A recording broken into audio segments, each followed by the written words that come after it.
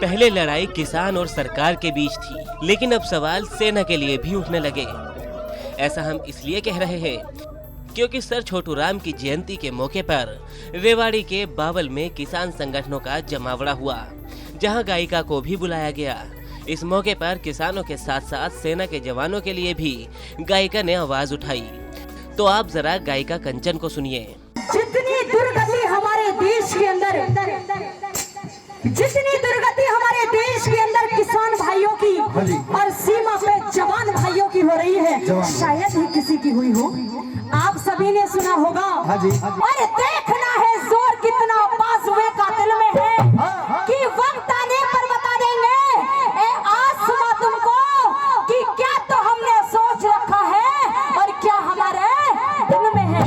इस मौके पर हमारे संवाददाता देशराज चौहान ने कंचन से खास बात की। कंचन है और कंचन अपनी आवाज़ से लोगों का ना दिल जीत लेते हैं, लेकिन कंचन ने कुछ अभी रागनी गाई और उनके मुंह से हम सुनेंगे कि क्या उनको कहा और क्या नहीं। कंचन जी, आपका स्वागत है हरियाणा में। बहुत बहुत धन्यवाद। कंचन जी, मैं ये पूछना चाहता था कि जो आपने जो कहा था कि भाई किसानों का और शहीदों पे और इन पे जो कहा था सैनिक पे, तो उस पर आप 2 लाइन अपने शब्दों से दोबारा कहेंगे। मैं ये कहना चाहती हूँ, पहले तो सभी भाइयों को हाथ जोड़कर राम राम, नमस्कार, जय हिंद। मैं ये कहना चाहती हूँ कि आज हमारे जो देश का जो किसान है, जो दर दर की ठोकरें खा रहा है, उनको इंसाफ मिलना चाहिए। और जो हमारे भाई हैं जवान, जो कि देश की रक्षा करते हैं, दिन और रात देश के लिए अपना जान न्यौछावर करते हैं, उनको सलाम करती हूँ। इससे ज़्यादा मैं कुछ नहीं कहना चाहती। बहुत बहुत धन्यवाद। आपने एक चीज़ कहा कि किसान और सैनिक उनकी दुर्गति हो रही है इस देश के अंदर, तो वो मैं पूछना था किस तरीक़े से उनकी दुर्गति हो रही है?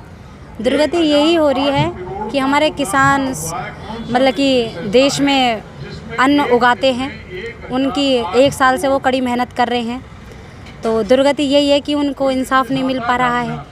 उनको इंसाफ मिलना चाहिए। और हमारे जो जवान हैं, जो कि देश की रक्षा करते हैं सीमा पे खड़े होकर के, और उनकी यही दुर्गति है कि कब ना जाने कब कहाँ से कौन सा उनके ऊपर विस्फोट हो जाए, कब क्या हो जाए, कुछ नहीं पता।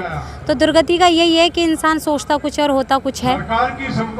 सेना में जाना वो तो अच्छी बात है, लेकिन सेना में जाना देखो शहीद भी हो सकता है, क्योंकि वहाँ लड़ाई भी हो सकती है, कुछ भी हो। लेकिन आपने कहा, एक शब्द था आपका कि उसकी दुर्गति होती है, तो कहने का मतलब उसके ऊपर मेरा है कि आप कैसे होती है दुर्गति? अब इसके ऊपर मैं क्या बोलूँ, दुर्गति कैसे भी हो सकती है। दुर्गति उनके परिवार वालों की भी हो सकती है, क्योंकि जब जवान मरता है तो उसके सिर्फ खाली परिवार वालों को ही पता होता है कि जब उनका जवान जाता है तो उनके ऊपर क्या बीतती है।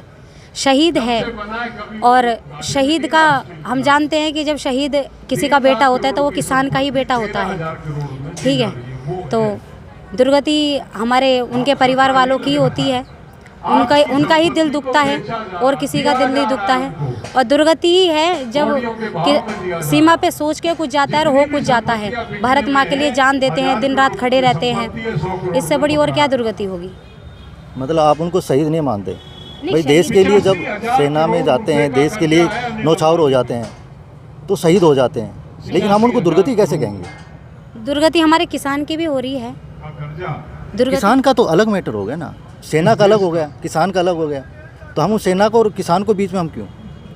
नहीं, वो तो आपकी बात ठीक है, लेकिन सबके भाव अलग होते हैं बोलने के, गलत है। तो हमारे कहने का मतलब यही है कि हमारे जो किसान जब शहीद होते हैं, उनके परिवार की ही दुर्गति होती है। हमारे किसान तो मर जाता है, देश के ऊपर अपनी जान दे के चला जाता है, वो पीछे थोड़ी देखता है मेरे परिवार की कितनी दुर्गति हो रही है, कितनी नहीं हो रही है।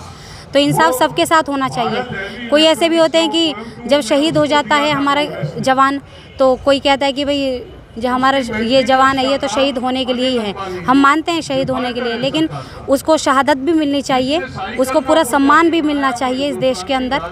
जब हमारा कोई जवान सीमा पे शहीद होता है तो उसको पूरा सम्मान भी मिलना चाहिए, और मिल भी रहा है, और हम यही आशा उम्मीद करते हैं और आगे मिलता ही रहेगा। तो आपका कहना है कि सही है, जो आपने जो कहा वो सही है? बिल्कुल।